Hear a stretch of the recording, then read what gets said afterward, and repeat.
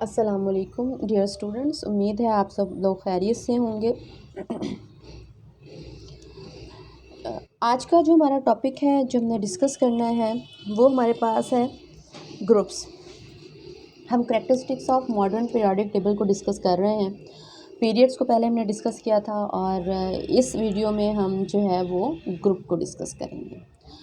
Groups हम किसको कहते हैं? पीरियोडिक टेबल में जो वर्टिकल कॉलम्स होते हैं, वर्टिकल हम कहते हैं ऊपर से नीचे की तरफ जो चीज़ आ रही होती है उसको हम कहते हैं वर्टिकल कॉलम। ठीक है, तो वर्टिकल कॉलम्स को हम कहते हैं ग्रुप्स। पीरियोडिक टेबल में जो ग्रुप्स होते हैं टोटल जो है वो हमारे पास 8 ग्रुप्स हैं पीरियोडिक टेबल के। अगर हम पीरियोडिक टेबल के ग्रुप्स की बात करें और मैं आपको वो ग्रुप्स दिखाऊं तो आपने ज़रा ध्यान से ग्रुप्स को यहाँ पर समझने की कोशिश करनी है कि ग्रुप्स कौन कौन से हैं, किनको हम ग्रुप्स कह रहे हैं। ये आपके सामने पीरियोडिक टेबल है। इस पीरियोडिक टेबल को अगर आप देखेंगे तो इस पीरियोडिक टेबल में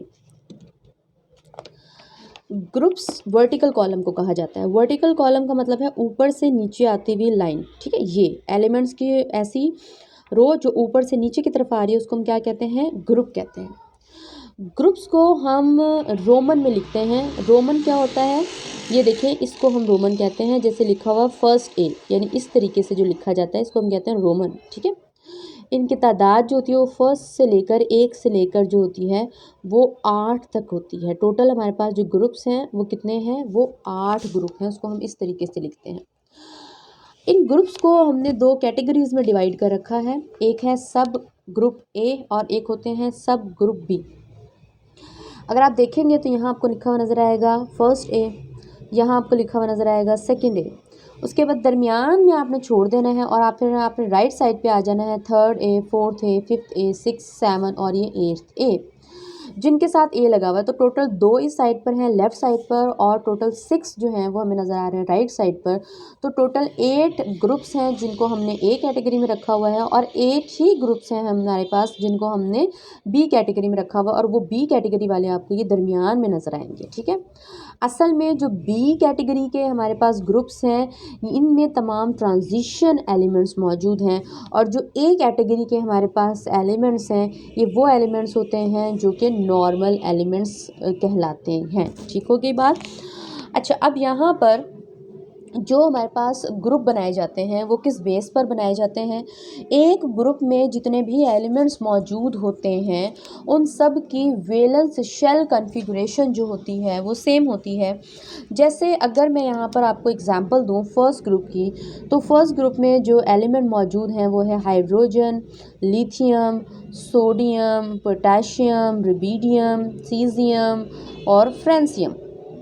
अगर हम इनकी कॉन्फ़िगरेशन देखें तो हाइड्रोजन की कॉन्फ़िगरेशन होती है 1s1, लिथियम की कॉन्फ़िगरेशन होती है 1s2 एंड 2s1, सोडियम की कॉन्फ़िगरेशन, सोडियम का एटॉमिक नंबर 11 होता है तो इसकी कॉन्फ़िगरेशन होती है 1s2, 2s2, 2p6 and 3s1।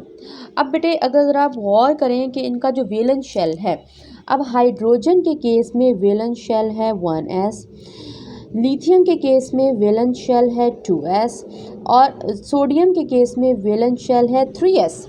तो ये इनके वैलेंस शेल है और आप देख रहे हो इनके सब के वैलेंस शेल में एक एक इलेक्ट्रॉन है। इसका मतलब ये है कि एक ग्रुप में जितने भी एलिमेंट्स मौजूद होते हैं उन तमाम एलिमेंट्स के वैलेंस शेल की कॉन्फ़िगरेशन हमेशा सेम होती है। और अगर कॉन्फ़िगरेशन सेम है वैलेंस शेल की तो इसका मतलब है कि उनकी प्रॉपर्टीज़, केमिकल प्रॉपर्टीज़ भी क्या होंगी? सेम होंगी। ये बात मैंने आपको अभी बताई कि इनको हम रोमन में लिखते हैं। इस तरह से 1 से लेकर 8 तक इनका नंबर होता है और इनको हमने 2 कैटेगरीज में डिवाइड कर रखा है। एक होते हैं सब ग्रुप ए और दूसरे होते हैं सब ग्रुप बी। सब ग्रुप ए में नॉर्मल एलिमेंट्स मौजूद हैं और सब ग्रुप बी में ट्रांजिशन एलिमेंट्स मौजूद हैं। अच्छा, अब मैं एक बहुत इंटरेस्टिंग चीज़ आपके साथ शेयर कर रही हूँ कि किसी भी जगह पर जो ग्रुप नंबर होता है वो इक्वल होता है वैलेंस शेल में इलेक्ट्रॉन की तादाद की। आप देख रहे हो कि ये हमारे पास फर्स्ट ग्रुप है। अब ये पहला ग्रुप है तो आप देखो इसके वैलेंस शेल में इलेक्ट्रॉन भी 2 ही हैं। सेम जो दूसरा ग्रुप होगा उसमें जितने भी एलिमेंट्स मौजूद होंगे उनके वैलेंस शेल में 2 ही इलेक्ट्रॉन होंगे। तीसरे ग्रुप में जितने भी एलिमेंट मौजूद होंगे उनके वैलेंस शेल में 3 ही इलेक्ट्रॉन होंगे। तो जो ग्रुप नंबर होता है वो हमें असल में किसी भी एटम के वैलेंस शेल में इलेक्ट्रॉन की तादाद बता रहा होता है। और ये बड़ी आसान सी ट्रिक होती है। अगर आपसे पूछा जाए, सपोज आपसे पूछा जाए कि भाई बताओ लिथियम के वैलेंस शेल में कितने इलेक्ट्रॉन हैं, अब आपको नहीं याद है उसका एटॉमिक नंबर, आपको नहीं याद उसकी कॉन्फ़िगरेशन, आप फ़ौरन जो है वो क्या देखोगे, आप फ़ौरन से उसका ग्रुप नंबर देख लो। आप देखो तो पहले ग्रुप में मौजूद है। अगर लिथियम पहले ग्रुप में मौजूद है तो सिंपल सी बात है उसके वैलेंस शेल में कितने इलेक्ट्रॉन होंगे, एक ही इलेक्ट्रॉन होगा। ठीक है, अच्छा जी, उसके बाद हम डिस्कस करेंगे फैमिलीज़ को। हमने पीरियोडिक टेबल को कुछ फैमिलीज़ में डिवाइड कर रखा है। फैमिली किसको कहा जाता है, ठीक है। फैमिली हम कहते हैं कुछ ऐसे ग्रुप्स हैं, कुछ फेमस ग्रुप्स हैं ऐसे, जिनको हमने स्पेशल नेम दे रखे हैं उनकी किसी न किसी प्रॉपर्टी की बेस पर, तो उनको हम फैमिली का नाम देते हैं। यहाँ पर हम कुछ फैमिलीज़ को डिस्कस करेंगे। जैसे हमारे पास पहली फैमिली है अल्कली मेटल्स की। अल्कली मेटल्स फैमिली का नाम है अल्कली मेटल। कौन से होती हैं अल्कली मेटल्स? फर्स्ट ए, ये जो मैंने आपके सामने ग्रुप लिखा, एक्सेप्ट हाइड्रोजन, हाइड्रोजन को आपने निकाल देना है। अब मैं क्या कह रही हूँ, इस बात को, पॉइंट को आपने पिक करना है। मैं ये नहीं कह रही हूँ कि हाइड्रोजन को आपने फर्स्ट ग्रुप से निकाल देना, नहीं, हाइड्रोजन फर्स्ट ग्रुप में मौजूद है, लेकिन हाइड्रोजन को हम अल्कली मेटल नहीं कह सकते। हाइड्रोजन जो है वो अल्कली मेटल नहीं है, इसकी प्रॉपर्टी अल्कली मेटल से रिजेंबल नहीं करती सारी की सारी। हाइड्रोजन के अलावा लिथियम से लेकर फ्रेंसियम तक ये सारी की सारी क्या कहलाती हैं, अल्कली मेटल।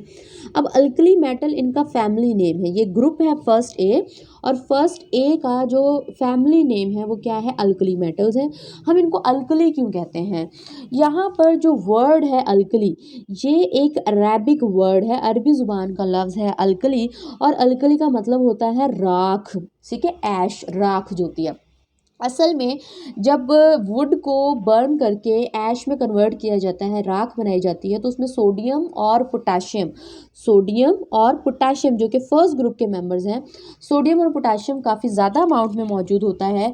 तो इसलिए हमने अल्कली से इसका नाम रख दिया अल्कली मेटल। जब अल्कली मेटल्स को, आप फर्स्ट ग्रुप के किसी भी मेंबर को एक्सेप्ट फ्रेंसियम को हम नॉर्मल बिहेवियर्स में डिस्कस नहीं करते क्योंकि ये रेडियो एक्टिव एलिमेंट है। अच्छा, जब हम इसके किसी भी मेंबर को, जैसे सोडियम हमने ले लिया, अल्कली मेटल को हम वाटर के साथ रिएक्ट करवाते हैं, तो वाटर के साथ रिएक्ट करने पर वो अल्कलीज बना देते हैं। अल्कली क्या होती हैं? अल्कली हम स्ट्रॉन्ग बेस को कहते हैं। अब ये देखें, हमें पता है कि वाटर जो होता है उसमें दो चीज़ें होती हैं, एक उसमें हाइड्रोजन होता है और दूसरा उसमें क्या होता है, हाइड्रोक्सिल होता है। तो ये जो हमारे पास सोडियम है, ये सोडियम इस हाइड्रोक्सिल को ले लेगा और क्या बन जाएगा, NaOH। ये हाइड्रोजन जो बनेगा, बचेगा, ये हाइड्रोजन गैस के फॉर्म में निकल जाएगा।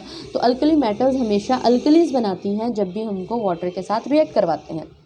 दूसरी जो फैमिली है हमारे पास पीरियोडिक टेबल में, वो है अल्कलाइन अर्थ मेटल।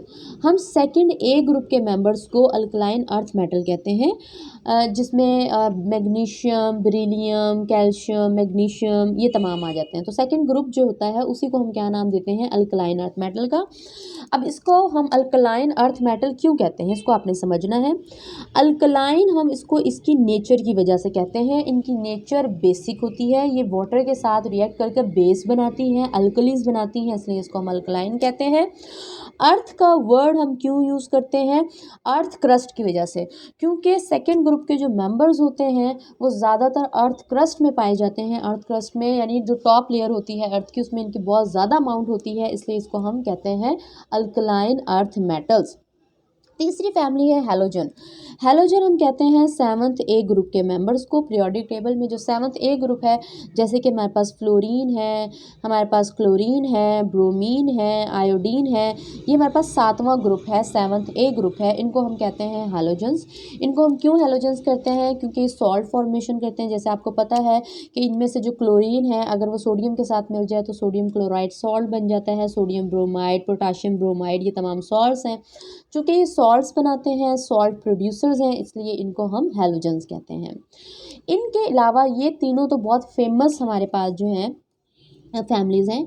इनके अलावा भी कुछ फैमिलीज़ हैं, जैसे तीसरे ग्रुप को हम बोरॉन फैमिली कहते हैं, चौथे ग्रुप को हम कार्बन फैमिली कहते हैं। क्यों कहते हैं? तीसरा ग्रुप जो है वो बोरॉन से स्टार्ट होता है, इसलिए उसका नाम बोरॉन फैमिली। चौथा ग्रुप जो है वो कार्बन से स्टार्ट होता है, इसलिए कार्बन फैमिली। पांचवा ग्रुप नाइट्रोजन से स्टार्ट होता है, तो वो नाइट्रोजन फैमिली।